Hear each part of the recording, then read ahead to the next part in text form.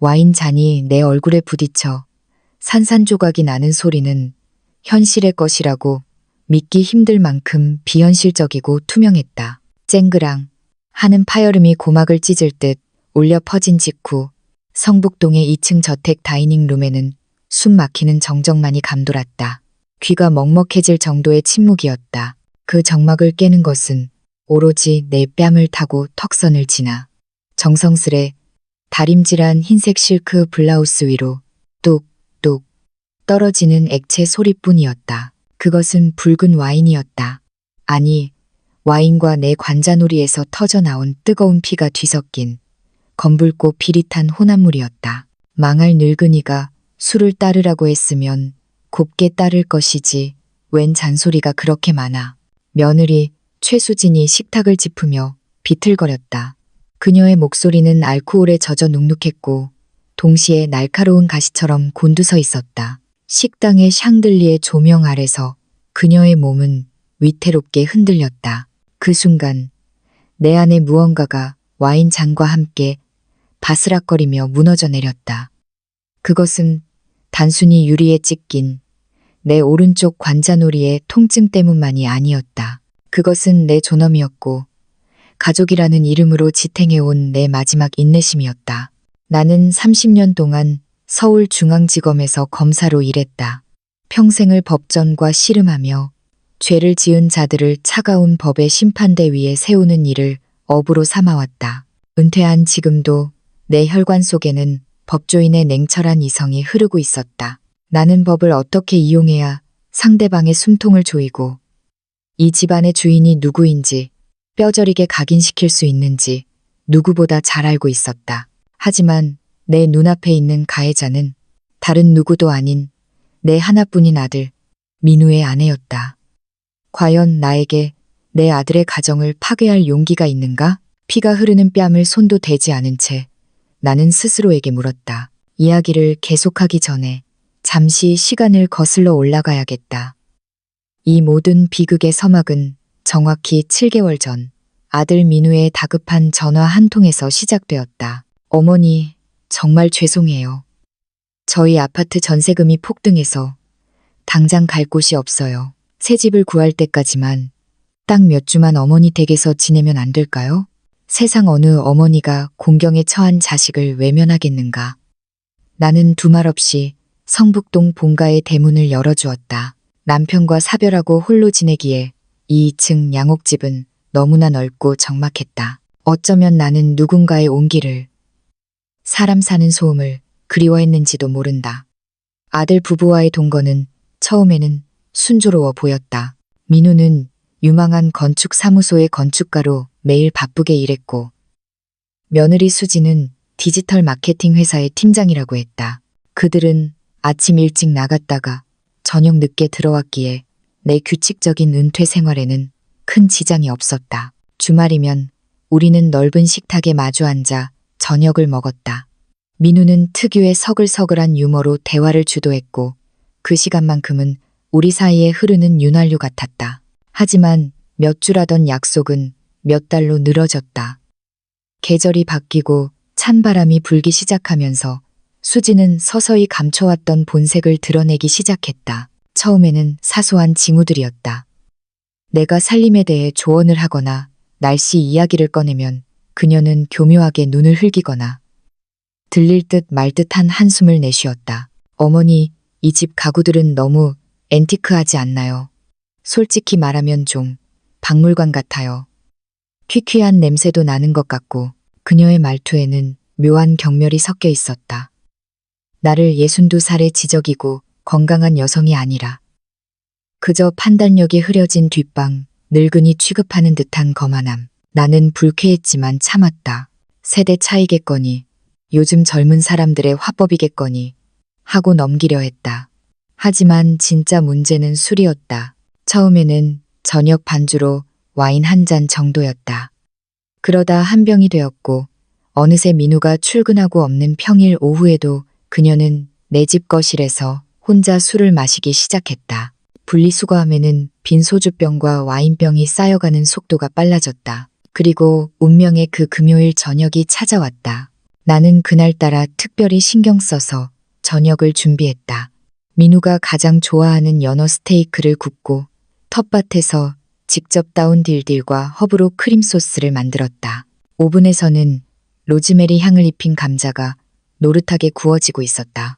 식탁 위에는 친정어머니에게 물려받은 본차이나 그릇을 꺼내 놓았고 10년 전 사별한 남편이 결혼 10주년 선물로 줬던 크리스털 와인잔을 조심스레 닦아 세팅했다. 그 투명한 유리는 조명을 받아 영롱하게 빛나고 있었다. 7시가 조금 넘어 민우가 들어왔다. 피곤해 보였지만 내게 보내는 미소만큼은 진심이었다. 와, 어머니, 오늘 무슨 날이에요? 냄새가 기가 막힌데요. 아들은 내 이마에 가볍게 입을 맞추고 씻으러 2층으로 올라갔다. 하지만 수지는 8시가 넘도록 나타나지 않았다. 요리는 식어가고 있었고 내 인내심도 함께 식어가고 있었다. 그녀가 다이닝룸에 나타난 것은 8시 15분쯤이었다. 늦어서 죄송해요. 사과하는 말과는 달리 그녀의 태도에는 미안함이 전혀 없었다. 눈은 붉게 충혈되어 있었고 걸음걸이는 미세하게 갈지자를 그렸다. 그녀가 식탁에 다가오기도 전에 진동하는 알코올 냄새가 내 코를 찔렀다. 또 마시고 들어온 것이었다. 괜찮다. 앉아라. 씻기 전에 어서 들자. 나는 최대한 감정을 억누르며 온화하게 말했다. 씻고 내려온 민우는 한결 편안해 보였고 식사 초반의 분위기는 의외로 나쁘지 않았다. 민우는 새로 맡은 도서관 설계 프로젝트에 대해 신나게 이야기했고 나는 요즘 읽고 있는 인문학 서적에 대해 이야기했다.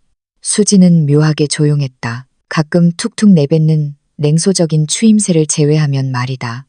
하지만 그녀의 손은 바빴다. 내가 아끼는 그 크리스털 잔에 담긴 와인을 물처럼 들이켰다. 식사가 채 끝나기도 전에 첫 번째 와인 병이 비었다. 민우는 절제하며 마셨지만 수지는 이미 네 번째 잔을 비우고 있었다. 갑자기 그녀가 빈 잔을 내 쪽으로 거칠게 내밀었다. 어머니, 여기 리필이요. 더 가져와 봐요. 그녀는 나를 마치 고급 레스토랑의 웨이터 부리듯 손가락을 까닥거렸다. 그 무례한 손짓에 내 안의 검사 본능이 꿈틀거렸다. 수진아, 많이 마신 것 같구나. 그만하는 게 좋겠다. 나는 접시를 응시하며 차분하지만 단호하게 말했다.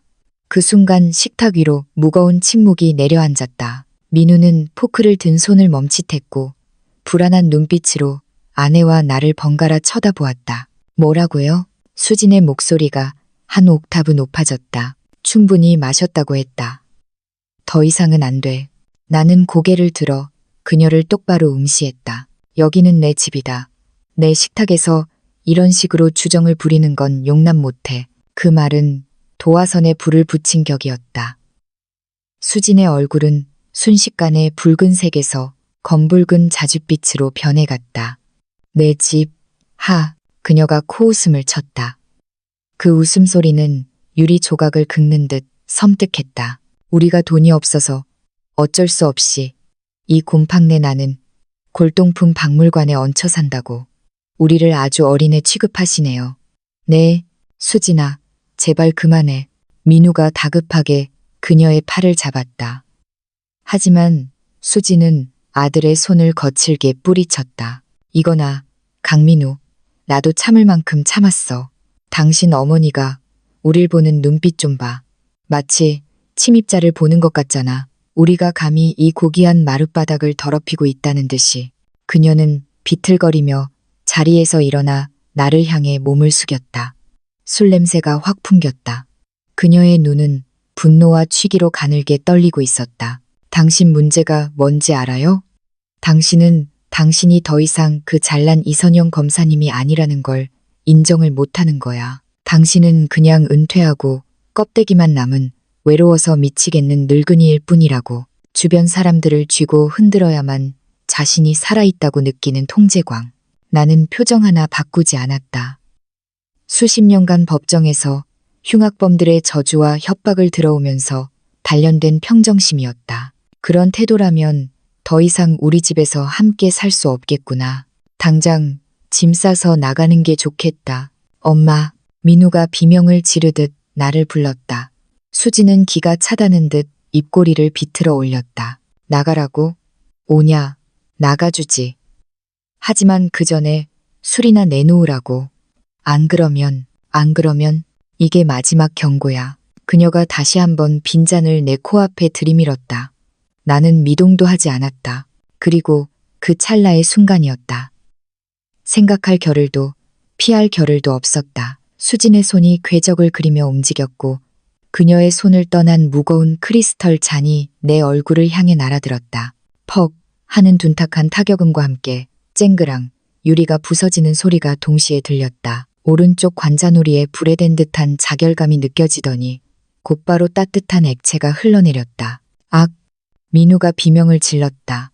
수지는 그 자리에 얼어붙은 채 거칠게 숨을 몰아쉬었다. 그녀는 자신의 손을 떠난 잔이 무슨 짓을 저질렀는지 뒤늦게 깨달은 듯했지만 그 눈동자에 후회의 빛은 없었다. 오히려 묘한 쾌감이 스쳐 지나가는 것을 나는 놓치지 않았다. 나는 떨리는 손을 들어 관자놀이를 만졌다. 손가락 끝에 끈적하고 붉은 선혈이 묻어나왔다. 다이닝 룸을 채우던 클래식 음악은 이미 끊겼고 귓가에는 윙하는 이명만이 들렸다. 30년간 수많은 폭력 사범을 감옥으로 보냈던 내가 정작 내 집 식탁에서 며느리에게 맞아 피를 흘리고 있었다. 민우야. 나는 스스로도 놀랄 만큼 차분한 목소리로 아들을 불렀다. 당장 내 처 데리고 방으로 올라가거라. 민우는 패닉 상태였다. 그는 허둥지둥 수진의 팔을 잡아 끌었다. 수진은 힘이 빠진 듯 순순히 끌려갔지만 계단을 올라가는 내내 나를 쏘아보는 것을 멈추지 않았다. 쿵 하고 2층 방문이 닫히는 소리가 들렸다. 그제야 나는 자리에서 일어났다. 현기증이 일었지만 식탁을 짚고 버텼다. 욕실로 걸어가 거울을 보았다. 찢어진 상처는 생각보다 깊지 않았지만 혈관이 많은 부위라 출혈량이 상당했다. 하얀 세면대가 붉게 물들었다. 나는 찬물을 틀어 상처를 씻어냈다. 차가운 물이 닿자 정신이 번쩍 들었다. 그 순간 내 머릿속의 스위치가 전환되었다. 피해자 이선영에서 검사 이선영으로 나는 젖은 수건으로 지혈을 하며 서재로 들어갔다. 떨리는 손을 진정시키고 휴대폰을 꺼냈다. 카메라 모드를 켰다. 찰칵, 찰칵. 나는 피가 흐르는 내 얼굴, 찢어진 상처 부위를 다각도로 촬영했다. 피와 와인으로 얼룩진 내 흰색 블라우스도 찍었다. 그리고 다시 다이닝 룸으로 돌아갔다. 바닥에는 산산조각 난 크리스털 파편들이 흩어져 있었고 벽지에는 와인이 튄 자국이 선명했다. 나는 그 참혹한 현장을 하나도 빠짐없이 사진으로 남겼다. 그리고 부엌 서랍에서 투명한 지퍼백을 꺼냈다. 핀셋을 이용해 피와 와인이 묻은 유리 조각들을 하나하나 집어 봉투에 담았다. 이것은 단순한 쓰레기가 아니었다. 이것은 특수상해죄를 입증할 결정적인 증거였다. 증거가 없으면 사실도 없다. 그것이 내가 평생을 바쳐온 법조계의 철칙이었다. 나는 2층에서 들려오는 희미한 말다툼 소리를 들으며 증거물이 담긴 봉투를 식탁 위에 올려두었다. 그리고 얼음 주머니를 만들어 머리에 대고 서재 의자에 깊숙이 몸을 파묻었다. 시계 바늘은 새벽 2시를 향해 가고 있었다. 복수는 감정적이고 충동적인 것이다. 하지만 내가 지금 하려는 것은 복수가 아니다. 나는 정의를 구현하려는 것이다. 내 아들을 그리고 내 남은 인생을 지키기 위해서 나는 어둠 속에서 조용히 아침이 오기를 기다렸다. 경찰에 신고 전화를 걸기 가장 적절한 시간. 그리고 저 위층의 두 사람이 술과 잠에서 깨어나 가장 무방비할 시간을 계산하며 창밖이 푸르스름하게 밝아오고 있었다. 성북동의 아침은 언제나 고요했지만 오늘 이 새벽의 정적은 유독 무겁고 차가웠다. 나는 서재의 가죽 의자에 앉아 밤을 꼬박 새웠다. 관자놀이에 대고 있던 얼음 주머니는 이미 미지근하게 녹아버린 지 오래였다. 거울을 보지 않아도 알 수 있었다. 상처 주변으로 시퍼런 멍이 끔찍하게 번져가고 있을 것이라는 사실을. 새벽 6시, 결단을 내릴 시간이었다. 나는 수화기를 들었다. 112가 아닌 관할 경찰서 형사과 직통 번호를 눌렀다. 30년의 세월이 내게 남겨준 것은 법전의 지식뿐만이 아니라 시스템이 어떻게 작동하는지에 대한 인맥과 노하우이기도 했다. 성북경찰서죠. 상해 사건 신고입니다. 가해자는 현장에 있고 피해자는 저입니다. 경찰이 도착한 것은 아침 8시가 조금 넘어서였다. 초인종 소리가 울리자 나는 현관으로 나갔다. 제복을 입은 2명의 경찰관, 그리고 사복을 입은 형사 1명이 서 있었다.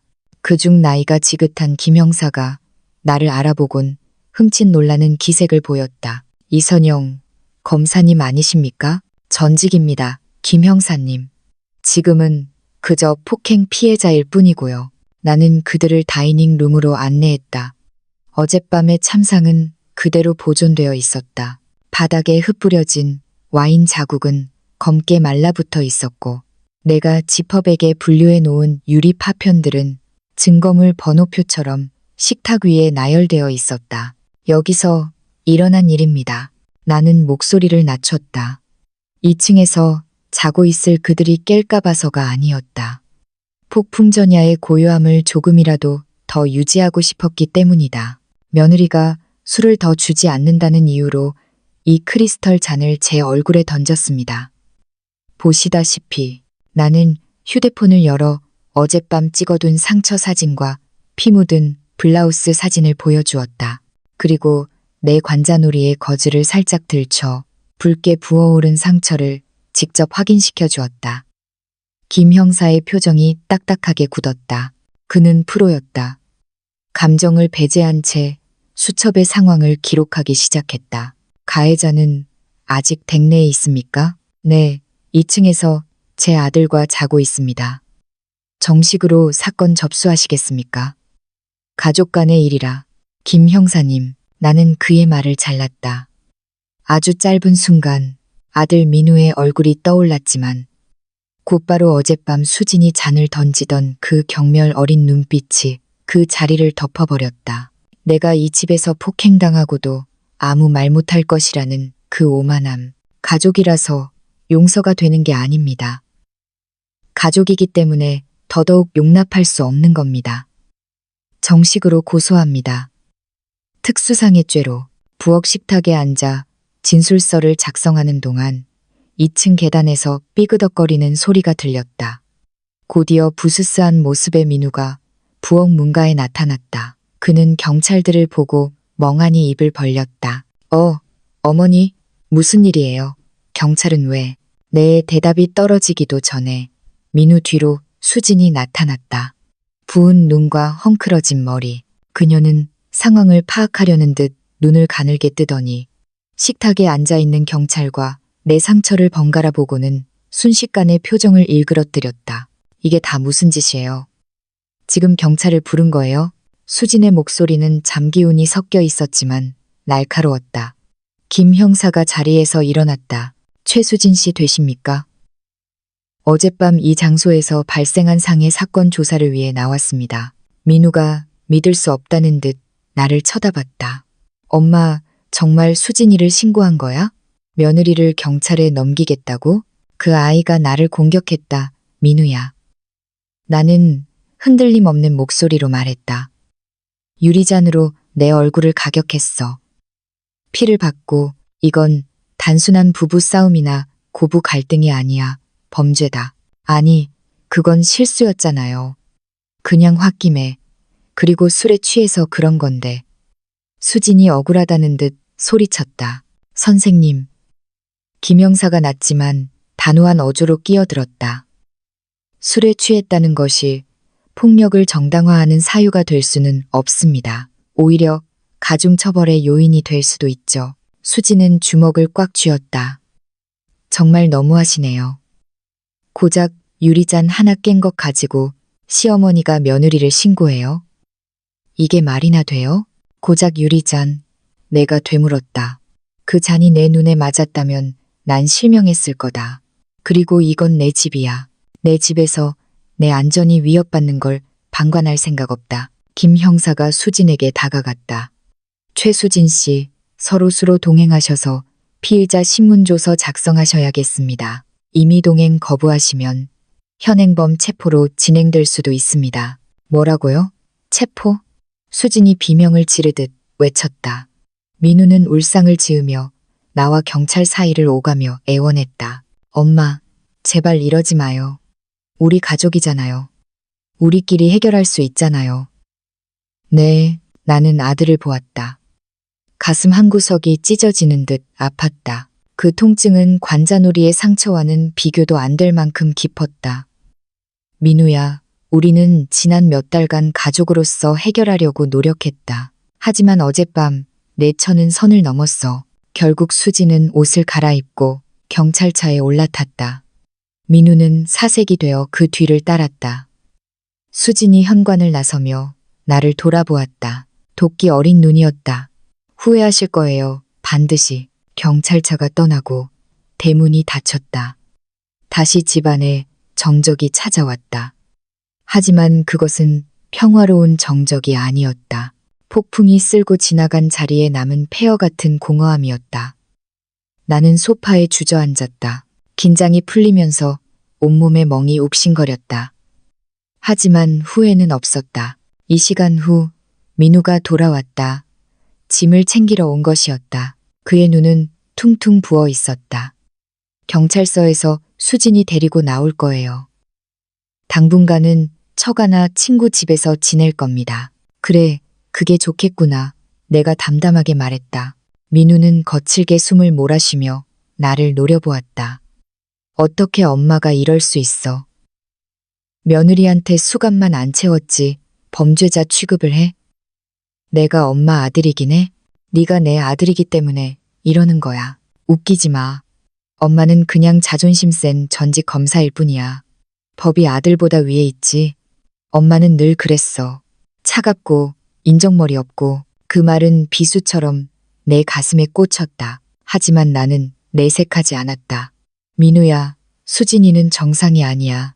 폭력적인 성향이 있고 넌 지금 가스라이팅 당하고 있는 거야. 내 결혼 생활에 대해 함부로 말하지 마. 엄마는 항상 수진이를 싫어했잖아. 내가 더 나은 여자랑 결혼했어야 한다고 생각했지? 그래. 넌 더 나은 대접을 받을 자격이 있어. 널 존중하고 내 가족을 존중하는 사람을 만났어야 했다. 민우는 대꾸 없이 2층으로 뛰어 올라갔다. 쿵쿵거리는 발소리가 내 심장을 밟는 것 같았다. 잠시 후 그는 커다란 캐리어 2개를 끌고 내려왔다. 그는 뒤도 돌아보지 않고 현관문을 박차고 나갔다. 차가운 금속성 마찰음과 함께 도어락이 잠겼다. 나는 텅 빈 거실에 홀로 남겨졌다. 아들을 잃은 것일까 불안감이 엄습했다. 하지만 감상에 젖어 있을 시간이 없었다. 나는 서재로 들어가 노트북을 켰다. 사건 폴더, 최수진이라는 새 폴더를 만들었다. 이제부터 전쟁이었다. 다음 날 아침, 나는 오랜 친구이자 민간 조사원, 탐정으로 일하고 있는 강숙분에게 전화를 걸었다. 그녀는 내가 현직에 있을 때부터 수많은 까다로운 사건들을 뒤에서 도와준 믿음직한 파트너였다. 숙부나 나야. 좀 도와줘야 할 일이 생겼어. 아주 개인적이고 껄끄러운 일이야. 나는 자초지종을 설명했다. 며느리의 폭행, 경찰 신고, 그리고 아들과의 결별까지. 숙부는 긴 탄식을 내뱉더니 침착하게 말했다. 알겠어, 선영아. 내 촉이 발동했다면 뭔가 있는 거야. 그 여자, 최수진이라고 했지. 샅샅이 뒤져볼게. 며칠 후, 나는 숙분으로부터 첫 번째 보고서를 이메일로 받았다. 파일을 여는 내 손끝이 미세하게 떨렸다. 모니터에 뜬 내용은 내 상상보다 훨씬 더 충격적이었다. 보고서 요약, 직업, 최수진은 3개월 전 회사에서 해고당함. 사유는 법인카드 유용 및 상사와의 불화. 현재 무직 상태이나 남편에게 일을 숨김, 부채. 제2금융권 및 카드론 대출 총액 약 3억 원. 신용 불량 직전 단계. 카드 내역, 민우 명의의 신용카드 2개가 발급되어 있으며 한도 초과 상태. 사용처는 명품관, 유흥업소 등. 퇴직금, 가장 결정적인 것은 민우의 IRP 계좌였다. 최근 2달 사이 3차례에 걸쳐 약 6천만 원이 인출되었다. 민우는 꼼꼼한 아이였다. 하지만 아내를 믿었기에 금융인증서나 비밀번호를 공유했을 것이다. 수지는 그 믿음을 이용해 아들의 미래를 갉아먹고 있었다. 그리고 보고서의 마지막 페이지, 숙분이 첨부한 SNS 캡처 사진을 본 순간 나는 구역질이 치밀어 올랐다. 그것은 수진이 친구들과 나눈 비공개 단체 채팅방 내용이었다. 수진, 그 늙은 여우. 진짜 안 죽나? 냄새나는 2층 집 언제 내거 되냐고. 친구. 에이. 좀만 참아. 어차피 아들은 내 편이잖아. 늙은이 죽으면 다 네 건데 뭐. 수진, 몰라. 스트레스 받아. 빨리 뒤졌으면 좋겠어. 보험이라도 들어놓을 걸 그랬나? 단순히 성격이 나쁜 며느리가 아니었다. 그녀는 기생충이었다. 내 아들의 재산을 빨아먹고 종국에는 내 죽음을 발판 삼아 이 집을 차지하려는 계획을 세우고 있었던 것이다. 나는 덜덜 떨리는 손으로 보고서를 출력했다. 그리고 금고를 열었다. 며느리. 아니, 그 범죄자가 짐을 챙겨 나간 후 비어버린 2층 방을 점검하다가 발견한 사실이 떠올랐다. 내 어머니가 물려주신 순금 브로치. 옷장에 깊숙이 숨겨두었던 그 폐물이 사라져 있었다. 그녀는 내 과거를 훔쳤고 내 아들의 미래를 훔치려 했으며 이제는 내 목숨까지 저울질하고 있었다. 나는 다시 숙분에게 전화를 걸었다. 목소리는 더 이상 떨리지 않았다. 차갑게 식어 있었다. 숙분아, 고맙다. 더 파줘. 특히 퇴직금 인출 내역, 수진이가 민우 동의 없이 단독으로 처리한 증거가 필요해. 이건 금융범죄야. 알았어. 선영아, 근데 너 조심해야 해. 잃을 게 없는 사람은 무서운 법이야. 그 여자, 막다른 골목에 몰린 쥐 같아. 걱정 마. 쥐 잡는 데는 내가 선수잖아. 전화를 끊고 나는 현관으로 나갔다. 열쇠 수리공을 불렀다. 도어락 전체 교체해주세요. 그리고 현관에 보조키도 하나 더 달아주시고요. 아주 튼튼한 놈으로. 위잉, 드릴 돌아가는 소리가 현관에 울려 퍼졌다. 나는 그 소리를 들으며 다짐했다. 이 집은 내 요새다. 그리고 나는 내 요새와 내 아들을 지키기 위해 검사 시절보다 더 독하게 싸울 것이다. 일주일 뒤 상해 사건에 대한 첫 심리가 열렸다. 나는 30년 동안 내 집처럼 드나들던 서울중앙지방법원 청사로 들어섰다. 하지만 이번에는 검사석이 아닌 방청석 뒤쪽 피해자 자리에 앉아야 했다. 익숙한 복도 냄새, 서류 뭉치가 넘어가는 소리, 법복을 입은 동료들의 분주한 발걸음이 오늘따라 낯설고 서늘하게 느껴졌다. 수진이 국선 변호인과 함께 들어왔다. 그녀는 화장기 없는 창백한 얼굴에 수수한 옷차림을 하고 있었다. 며칠 전 내게 크리스털 잔을 던지던 그 광기 어린 여자는 온데간데 없고 세상 억울한 표정을 짓는 연약한 여성이 그곳에 있었다. 하지만 내 눈은 속일 수 없었다. 그녀가 힐끔힐끔 나를 쳐다볼 때마다 스치는 그 눈빛 속에는 여전히 오만함과 원망이 이글거리고 있었다. 놀랍게도 민우는 그 자리에 없었다. 아내의 곁을 지킬 줄 알았는데 가슴 한편이 욱신거렸지만 차라리 잘된 일이라 생각했다. 재판은 건조하게 진행되었다. 수진의 변호인은 예상대로 우발적 사고를 주장했다. 존경하는 재판장님, 피고인은 당시 만취 상태였으며 시어머니와의 언쟁 중 감정이 격해져 우발적으로 잔을 던진 것입니다. 고의적인 상해 의도는 없었으며 깊이 반성하고 있습니다. 초범인 점을 참작하여 선처를 부탁드립니다. 반성이라. 나는 코웃음이 나올 뻔한 것을 간신히 참았다.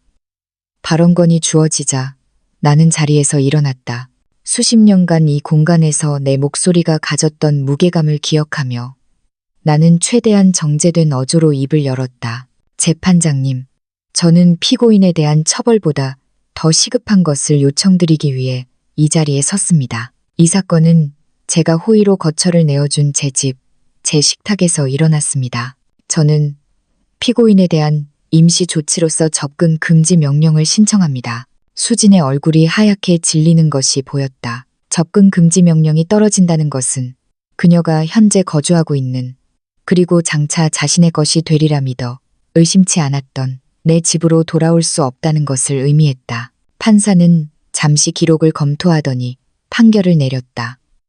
사안의 중대성과 재범 우려를 고려하여 피고인에게 접근 금지 명령을 내립니다. 피고인은 피해자의 주거지 및 직장 100m 이내에 접근할 수 없으며 전기통신을 이용한 접근 또한 금지합니다. 법정을 나서는 길, 나는 승리감보다는 깊은 피로감을 느꼈다. 이것은 끝이 아니라 시작일 뿐이었다. 이틀 후 모르는 번호로 전화가 걸려왔다. 민우였다. 엄마, 우리 좀 만나요. 목소리는 물에 젖은 솜처럼 무겁고 갈라져 있었다. 우리는 집에서도 그들이 얹혀 살고 있다는 친구 집에서도 먼 성수동의 한적한 카페에서 만났다. 약속 시간보다 15분 일찍 도착해 구석 자리를 잡았다. 잠시 후 민우가 들어왔다. 아들을 보자마자 내 심장이 덜컥 내려앉았다. 고작 며칠 사이에 민우는 10년은 늙어 보였다. 눈 밑에는 짙은 다크서클이 내려앉았고 볼은 홀쭉하게 패어 있었다. 무엇보다 이상한 것은 옷차림이었다. 초여름의 더운 날씨에도 불구하고 그는 목을 완전히 덮는 검은색 터틀넥 셔츠를 입고 있었다. 잘 지냈니? 내가 먼저 침묵을 깼다. 그럭저럭요. 민우는 내 시선을 피하며 메뉴판만 뚫어져라 쳐다보았다. 우리는 아이스 아메리카노 2잔을 시켰다. 접근 금지 명령 때문에 상황이 복잡해졌어요. 민우가 힘겹게 입을 열었다. 친구 집에서도 더 이상 눈치 보여서 못 있겠대요. 수진이는 갈 곳이 없어서 찜질방을 전전하고 있어요. 그래서 엄마, 염치 없는 거 알지만 보증금 좀 빌려주실 수 없어요? 작은 원룸이라도 구해서 나가 살게요. 수진이도 반성하고 있어요. 제가 잘 타일러서 다시는. 나는 커피잔을 내려놓았다. 컵과 받침이 부딪히며 달그락 소리를 냈다. 이제 때가 되었다. 나는 가방에서 두툼한 서류 봉투를 꺼내 테이블 위에 올려놓았다. 민우야, 돈은 빌려줄 수 있다. 하지만 조건이 있어. 조건이라뇨? 민우가 미간을 찌푸렸다. 네가 지금 겪고 있는 현실을 똑바로 직시할 것. 그게 조건이다. 나는 봉투에서 첫 번째 서류 뭉치를 꺼냈다. 숙분이 조사해준 민우의 금융거래 내역서였다. 내 퇴직연금 계좌 ERP 내역이다. 언제 마지막으로 확인했니? 민우는 당황한 기색이 역력했다. 그건 자동이체 설정해놔서 잘 안 보는데. 왜요? 지난 2달간 3번에 걸쳐 6천만 원이 인출됐어. 네가 뺀 거니? 네, 6천만 원이라뇨. 말도 안 돼요. 전 그런 적 없어요. 민우의 손이 떨리기 시작했다. 그는 서류를 낚아채듯 가져가 숫자를 확인했다. 0이 6개. 출금 명의자는 불분명했지만 비밀번호와 공인인증서가 있어야만 가능한 거래였다. 그리고 이건 내 명의로 발급된 신용카드 내역서다. 네가 평소에 백화점 명품관에서 가방을 사고 강남의 고급 룸살롱에서 술을 마시니? 이게 다 뭐예요? 카드가 2개나 더 있다고요? 민우의 얼굴에서 핏기가 완전히 사라졌다. 수진이가 한 짓이다. 그녀는 3개월 전에 해고당했어. 네가 출근했다고 믿었던 그 시간에 그녀는 내 명의를 도용해 빚을 내고 내 미래를 갉아먹고 있었던 거야. 아니야, 그럴 리가 없어요. 수진이가 돈 관리를 좀 못하긴 하지만 도둑질을 할 사람은 아니에요. 엄마가 사람을 붙여서 뒷조사까지 했어요. 어떻게 며느리를. 민우는 현실을 부정하며 되려 나에게 화를 냈다. 나는 마지막 카드를 꺼냈다. 가장 잔인하지만 가장 확실한 증거. 수진이 친구들과 나눈 카카오톡 대화 캡처본이었다. 읽어봐라. 이게 네가 사랑하고 믿었던 여자의 본심이다. 민우는 떨리는 손으로 종이를 집어들었다. 수진, 그 늙은 여우 진짜 안 죽나? 냄새나는 2층 집 언제 내 거 되냐고. 수진, 그 멍청한 새끼민. 는 내가 조종하는 대로 다 믿어. 퇴직금 다 빼돌려도 모른다니까? 수진, 딱 몇 달만 더 참자. 늙은이 죽으면 보험금이랑 집 챙겨서 튀는 거야. 활자화된 아기는 너무나 명확했다. 민우의 눈동자가 흔들리더니 이내 굵은 눈물방울이 뚝뚝 종이 위로 떨어졌다. 엄마, 이거 진짜예요? 목소리가 갈라져 나왔다. 나는 팩트가 아니면 움직이지 않는다. 넌 알고 있지 않니? 민우는 머리를 감싸 쥐고 오열했다. 카페 안에 사람들이 힐끔거렸지만 신경 쓰지 않았다.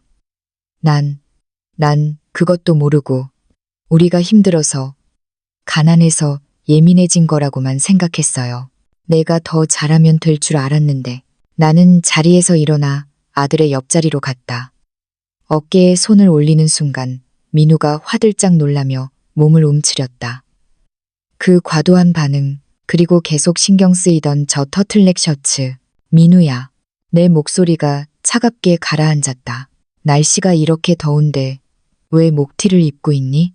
민우는 황급히 옷깃을 여미며 고개를 돌렸다. 아, 아무것도 아니에요.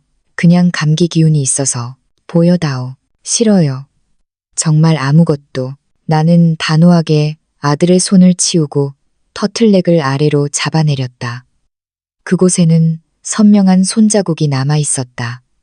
누군가 목을 조른 흔적, 그리고 쇄골 부근에는 붉고 푸른 멍이 시퍼렇게 들어 있었다. 세상에. 내 입에서 탄식이 흘러나왔다. 가슴이 무너져 내리는 것 같았다. 그 여자가 너한테도 손을 댄 거니? 민우는 고개를 푹 숙인 채 아무 말도 하지 못했다. 그 침묵이 긍정이었다. 처음에는 물건을 던지는 정도였어요. 그러다 욕을 하고 최근에는 술만 마시면. 아들은 수치스러움에 몸을 떨었다. 건장한 성인 남성이 아내에게 맞고 살았다는 사실을, 그것도 어머니에게 들켰다는 사실을 견디기 힘들어했다. 그 순간 나는 며느리가 나에게 와인잔을 던졌을 때보다 더 큰 분노를 느꼈다. 그것은 차가운 이성이 아니라 새끼를 지키려는 어미의 본능적인 격분이었다. 하지만 나는 그 감정을 꾹 눌러 담았다. 지금 민우에게 필요한 것은 같이 울어줄 사람이 아니라 이 지옥에서 그를 꺼내줄 리더였다. 일어나라. 내가 말했다. 네? 집으로 가자. 내 집으로. 거기가 네가 있을 곳이다. 하지만 수진이가 알면 난리가 날 거예요. 가만 안 있을 거라고요. 민우의 눈에는 공포가 서려 있었다. 전형적인 가정폭력 피해자의 눈빛이었다. 그 여자는 접근 금지 명령 때문에 우리 집 근처에도 못 온다. 그리고 내가 있잖니. 법은 내 편이고 이 엄마가 내 편이다. 아무도 너를 건드리지 못하게 할 거야. 나는 계산대에 지폐를 던져두고 멍하니 앉아있는 아들의 팔을 이끌어 밖으로 데리고 나왔다. 차에 태우자 민우는 창밖만 바라보았다. 성북동 집 차고에 차가 멈췄을 때 민우는 한참이나 내리지 못했다. 엄마, 내가 어떻게 이렇게 바보같이 당할 수 있었을까요? 변호사 아들인데 등신같이. 가스라이팅은 지능의 문제가 아니야, 민우야. 그건 마음의 문제고 믿음의 문제다. 네가 착해서, 네가 사랑해서 이용당한 거야. 자책하지 마라. 집 안으로 들어서자 민우는 거실 한가운데 서서 낯선 곳에 온 사람처럼 주위를 둘러보았다. 나는 2층으로 올라가 굳게 닫혀있던 민우의 옛 방을 열었다. 그가 대학을 가고 유학을 갔을 때도 그대로 보존해 두었던 방이었다. 창문을 열어 환기를 시키고 침대볼을 새 것으로 갈았다. 쉬어라. 오늘부터는 다리 뻗고 자. 아무도 널 해치지 않아. 내가 방을 나오려 할 때 민우의 주머니에서 진동이 울리기 시작했다. 지징, 지징, 지징. 끊이지 않는 진동음. 화면에는 와이프라는 두 글자가 떠 있었다. 민우는 공포에 질린 얼굴로 휴대폰을 쳐다보기만 했다. 줘보렴. 나는 휴대폰을 받아들고 전원을 꺼버렸다. 오늘 밤은 세상과 단절해라. 수진이 연락은 받지 마. 내일 날이 밝으면 우리가 해야 할 일이 아주 많다. 무슨 일이요? 첫째, 은행부터 가서 모든 비밀번호를 바꾸고 계좌를 동결시킬 거야. 둘째, 내 지인인 이혼 전문 변호사를 만날 거다. 우린 단순히 이혼만 하는 게 아니야. 금융사기, 횡령, 그리고 가정폭력으로 그 여자를 법정에 세울 거다. 민우는 침대에 걸터 앉아 고개를 끄덕였다. 할 수 있을까요? 할 수 있다.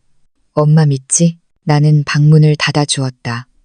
잠시 후 안에서 억눌린 울음소리가 새어나왔다. 이번에는 비통함의 눈물이 아니라 안도감의 눈물일 것이다. 나는 문에 기대어 잠시 눈을 감았다. 이제 내 아들을 되찾았다. 하지만 전쟁은 아직 끝나지 않았다.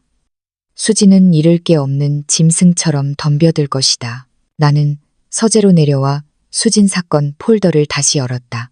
그리고 새로운 항목을 추가했다. 민우 상해 진단서 및 사진 확보 필요. 밤 10시. 거실 소파에 앉아 있는데 밖에서 시끄러운 소리가 들렸다. 현관문이 쿵쿵 울리고 초인종이 미친 듯이 눌렸다. 강민우, 안에 있는 거 다 알아. 문 열어. 당장 나오라고. 수진이었다. 민우가 방문을 열고 파랗게 질린 얼굴로 2층 난간에 섰다.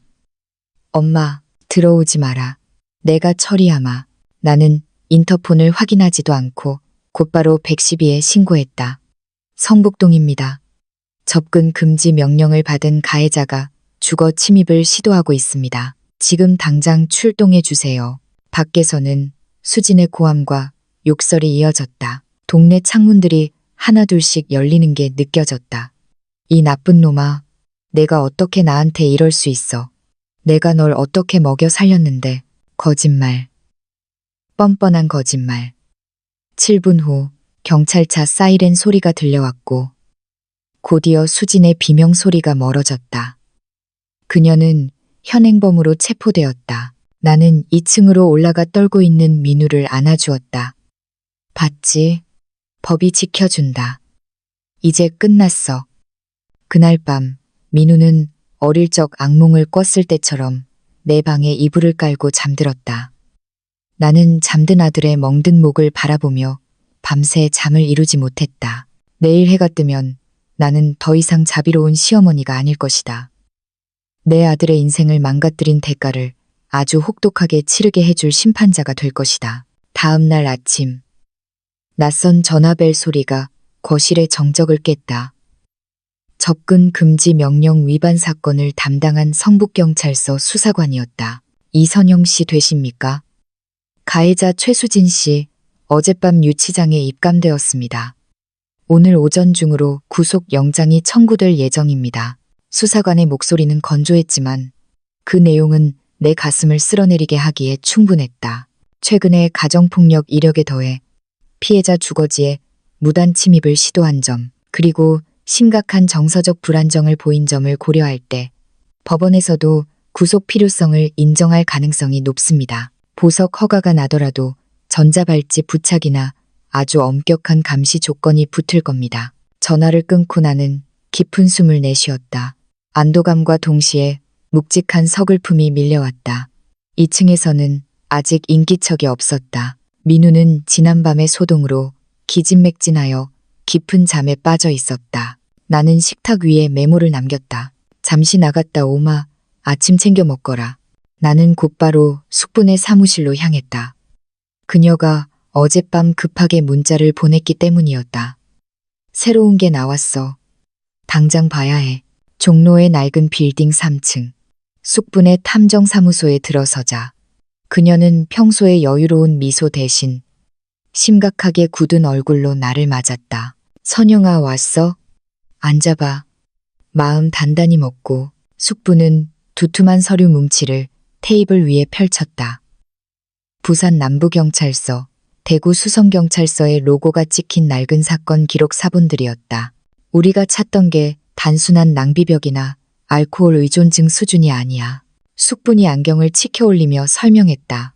5년 전 부산, 3년 전 대구. 두 번 다 패턴이 똑같아. 경제적으로 안정적이고 가족 관계가 소원하거나 순진한 남자들을 타깃으로 삼았어. 동거를 시작하고 재정관리권을 가져간 뒤 카드를 긁고 대출을 받고 마지막엔 폭력적으로 변했지. 나는 서류를 넘기며 경악을 금치 못했다. 피해자 진술서에 적힌 내용들은 마치 민우의 일기장을 보는 듯했다. 그 사건들은 어떻게 됐어? 내 목소리가 떨렸다. 첫 번째 남자는 최수진이 다시는 안 그러겠다고 울며 비니까 고소를 취하했어. 두 번째는 합의금으로 거액을 쥐어주고 겨우 떼어냈고, 그러니까 전과 기록에는 남지 않았던 거야. 합의로 끝났으니까 상습범이었구나. 내 아들은 그저 먹잇감 중 하나였을 뿐이고. 하나 더 있어. 숙부는 뜸을 들이더니 가장 밑에 있던 서류 한 장을 내밀었다. 인터넷 검색 기록과 보험 설계 내역이었다. 최근 최수진이 집중적으로 검색한 키워드야. 배우자 부모 사망 시 상속 순위, 유류분 반환 청구 소송, 사망 보험금 수령인 변경, 등골이 오싹해졌다. 에어컨 바람 때문이 아니었다. 명백한 살해, 사이가 데이터로 증명되고 있었다. 그 여자는 민우의 퇴직금을 빨아먹는 걸로 만족할 생각이 없었어. 네가 죽으면 이 성북동 집, 그리고 네가 가진 금융 자산까지 꿀꺽할 계획을 세우고 있었던 거야. 늙은 여우 언제 죽나 했던 그 카톡, 빈말이 아니었어. 나는 서류 봉투를 챙겨 들고 일어섰다. 가방이 납덩이처럼 무거웠다. 처음에는 그저 철없는 며느리의 주사 저세라고 생각했다. 하지만 이것은 정교하게 설계된 덫이었다. 집으로 돌아왔을 때 민우는 부엌에서 멍하니 물을 끓이고 있었다.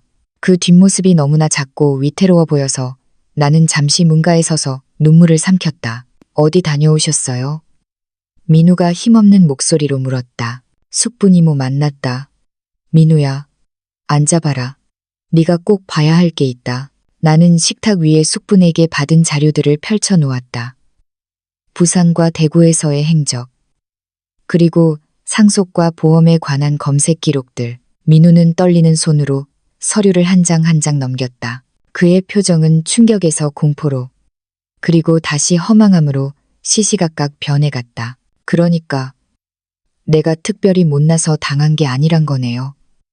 민우가 자조 섞인 웃음을 흘렸다. 그래, 넌 표적이었을 뿐이야. 나는 아들의 손을 꽉 잡았다. 내가 바보라서 속은 게 아니다. 작정하고 달려드는 사기꾼을, 사람을 믿는 착한 네가 어떻게 당해내니? 이건 내 잘못이 아니야. 민우는 한참 동안 서류를 내려다보다가 고개를 들었다. 그 눈빛이 달라져 있었다. 흐릿하던 눈동자에 처음으로 생기가, 아니 도끼가 서렸다. 이제 어떻게 해야 하죠? 변호사와 경찰에게 이 자료를 넘길 거야. 이혼 소송뿐만 아니라 형사 재판에서도 아주 강력한 무기가 될 거다. 그리고 내일 영장 실질심사 구속 전 피의자 신문가 있다. 갈 거니? 민우는 잠시 망설였다. 하지만 이내 고개를 끄덕였다. 네, 가요. 내 눈으로 똑똑히 봐야겠어요. 내가 사랑했던 여자의 진짜 얼굴을. 다음 날 우리는 법원으로 향했다. 민우는 검은색 정장을 입었다. 마치 장례식에 가는 사람처럼, 혹은 과거의 자신과 이별하러 가는 사람처럼 비장해 보였다. 나 역시 현직 시절 즐겨 입던 짙은 네이비색 정장을 꺼내 입었다. 이것은 무언의 시위였다. 나는 피해자이기 이전에 30년 경력의 검사였다는 것을 보여주기 위함이었다. 법정은 한산했다. 우리는 방청석 맨 뒷줄에 앉았다. 잠시 후 수진이 호송관들에 이끌려 들어왔다. 수혜 대신 며칠 전 체포될 때 입었던 트레이닝복 차림이었지만 손목에는 차가운 은색 수갑이 채워져 있었다. 수진은 법정에 들어서자마자 방청석을 훑었다. 우리와 눈이 마주쳤다. 순간 그녀의 표정이 일그러졌다. 민우를 보며 무언가 호소하려는 듯 입을 달싹였지만 변호사가 제지했다.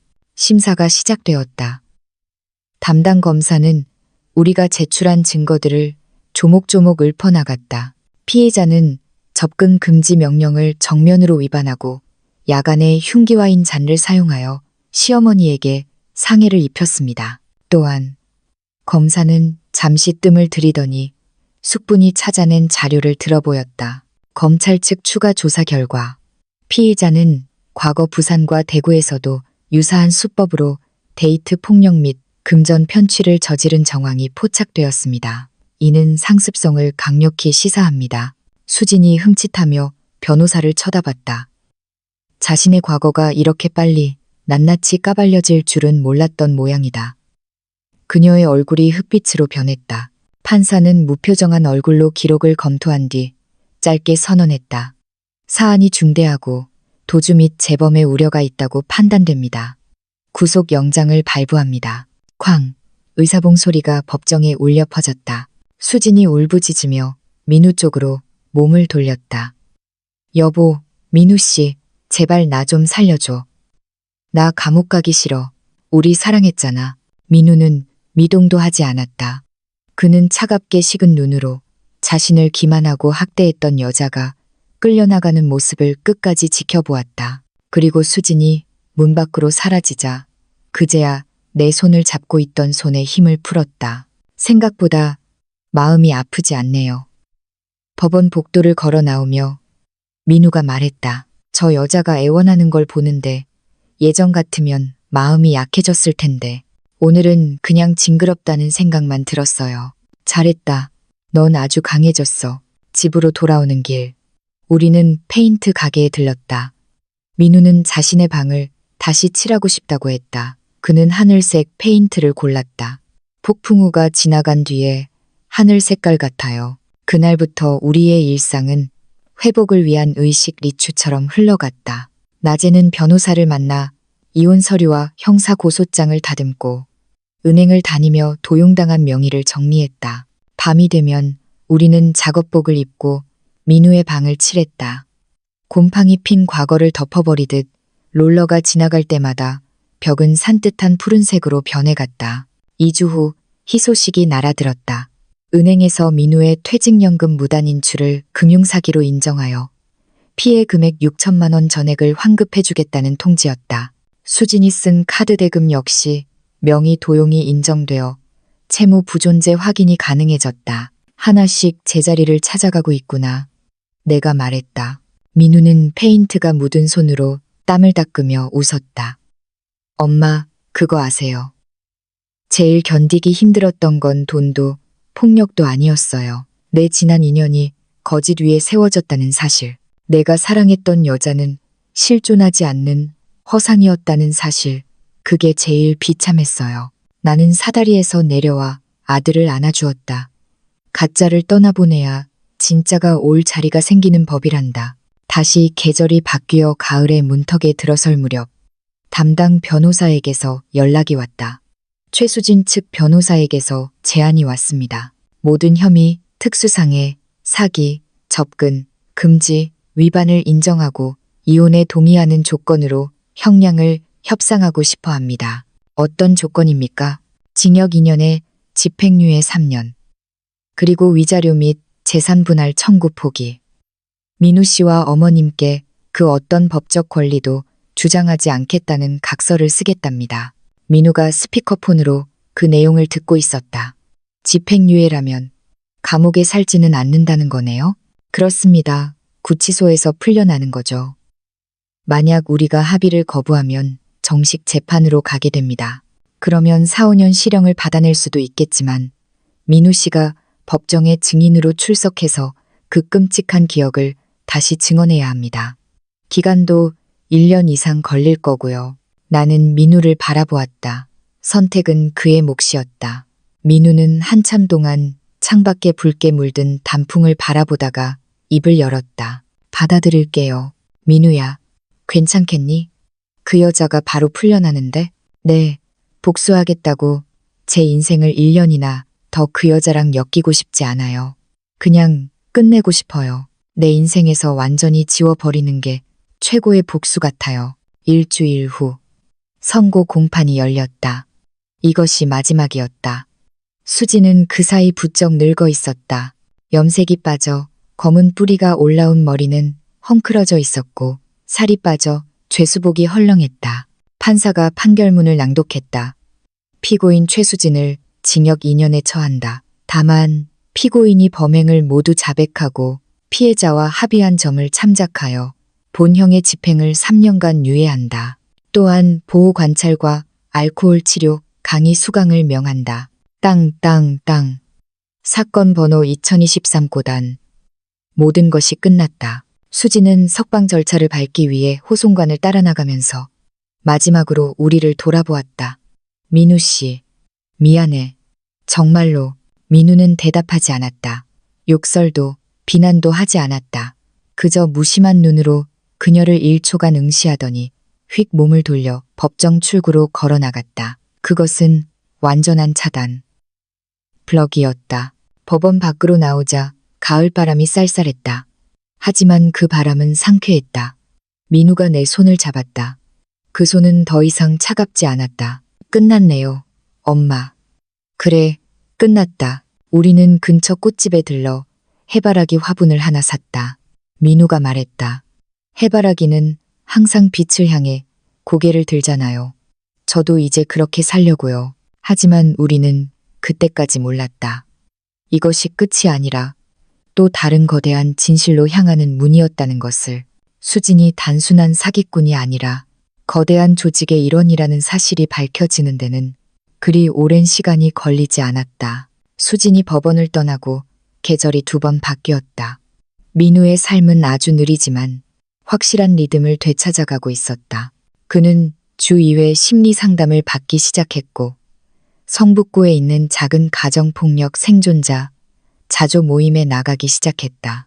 처음에는 모임의 유일한 남성 참가자라는 사실에 쭈뼛거렸지만 곧 그곳에서 자신의 자리를 찾았다. 그는 그동안 수진의 가스라이팅으로 억눌려왔던 목소리를 되찾았고 자신의 이야기를 공유하는 것이 얼마나 큰 치유의 힘을 가지는지 깨달아갔다. 주말이면 민우는 창고에 처박아 두었던 이제를 다시 꺼냈다.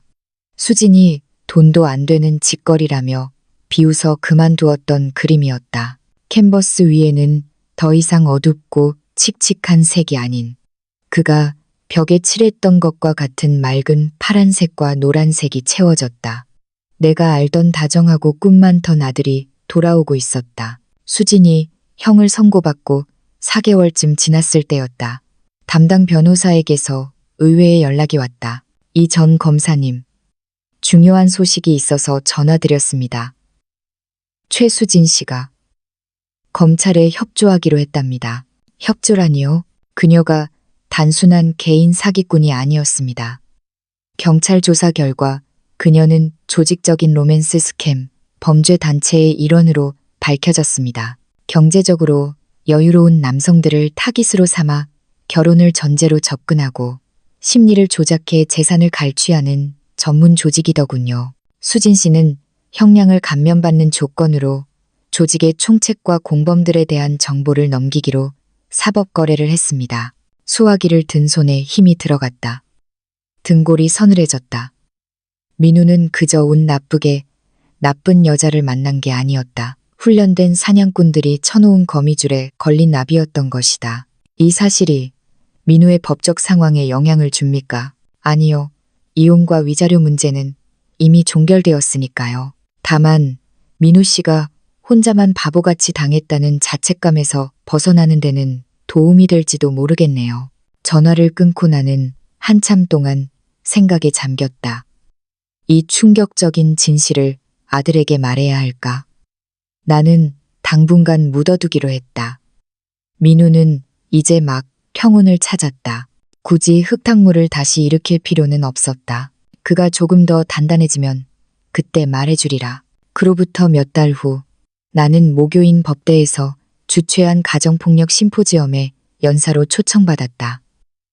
주제는 가정 내 가스라이팅과 법적 대응이었다. 강당은 학생들과 일반 시민들로 가득 찼다.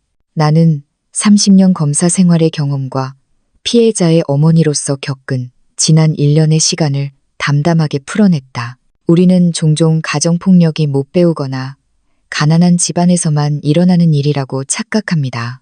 하지만 폭력은 지능이나 사회적 지위를 가리지 않습니다. 그것은 사랑이라는 이름으로 위장하고 너를 위해서라는 말로 포장되어 우리 식탁 위에 올라옵니다.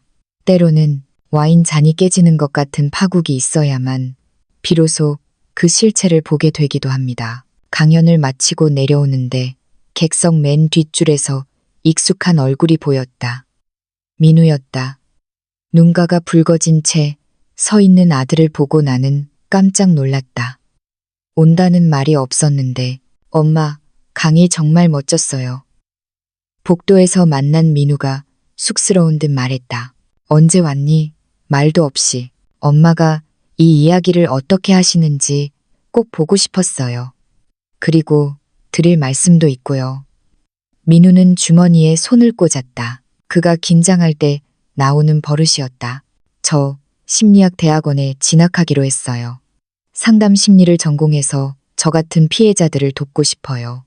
특히 남성 피해자들은 수치심 때문에 숨는 경우가 많잖아요. 그들을 밖으로 끌어내줄 사람이 필요해요. 가슴 벅찬 감동이 밀려왔다.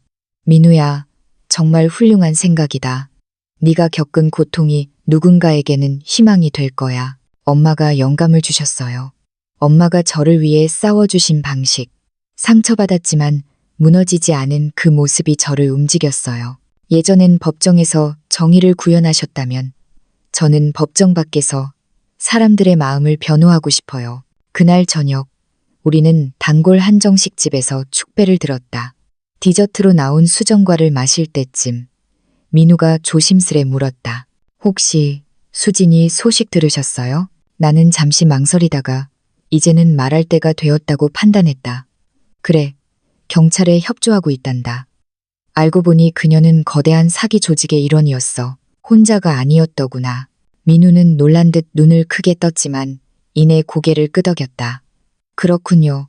오히려 위로가 되네요. 내가 특별히 멍청하거나 순진해서 당한 게 아니라는 거잖아요. 그들은 프로였고 나는 아마추어였을 뿐이니까. 넌 멍청하지 않아. 그저 사람의 선함을 믿는 착한 사람이었을 뿐이야. 저는 여전히 사람을 믿어요, 엄마. 다만 이제는 제 직감도 믿어요.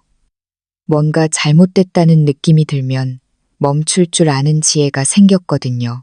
와인 잔 사건이 일어난 지 정확히 1년이 지났다. 어느 일요일 아침 테라스에서 커피를 마시는데 민우가 신문 한 부를 들고 나왔다.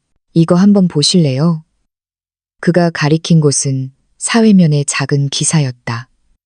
남성 가정폭력 피해자 지원센터, 세움, 공식 개소. 사진 속에는 환하게 웃고 있는 민우와 동료들의 모습이 있었다.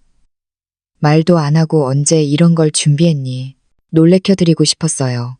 시 지원금이랑 민간재단 후원을 받아서 센터를 열었어요. 심리상담, 법률 자문, 쉼터까지 다 무료로 제공할 거예요. 세상에, 민우야, 정말 장하다. 그리고 부탁이 하나 있어요. 민우가 내 손을 잡았다. 엄마가 저희 센터의 법률 자문 위원이 되어주셨으면 해요. 한 달에 한 번이라도 와서 회원들에게 법적으로 어떻게 대응해야 하는지 알려주세요. 그리고 숙분 이모도 금융자문으로 모시기로 했어요. 사기 피해 예방 교육을 해주신대요. 당연하지. 내 영광이다. 오후에 우리는 새로 문을 연 센터를 방문했다.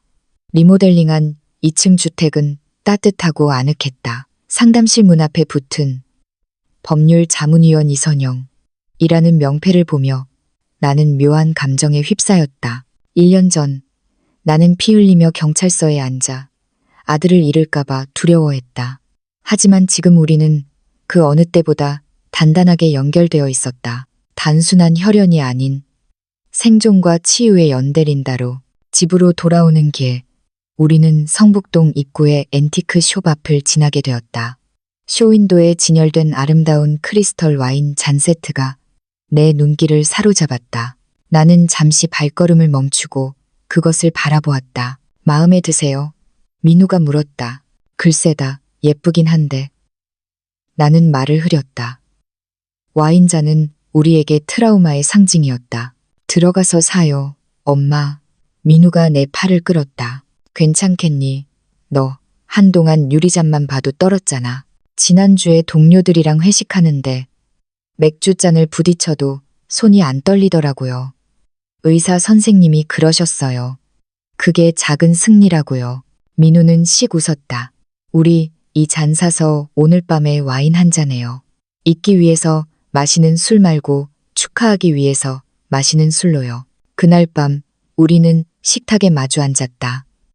1년 전 그날처럼, 하지만 공기는 전혀 달랐다. 새로 산 크리스털 잔에 붉은 와인이 찰랑거렸다. 조명을 받아 영롱하게 빛나는 잔은 더 이상 흉기가 아니었다. 건배할까요? 민우가 잔을 들었다. 뭐를 위하여? 우리의 생존을 위하여. 민우가 말했다. 그리고 치유를 위하여. 내가 덧붙였다. 마지막으로 우리를 해방시켜준 그 깨진 잔을 위하여.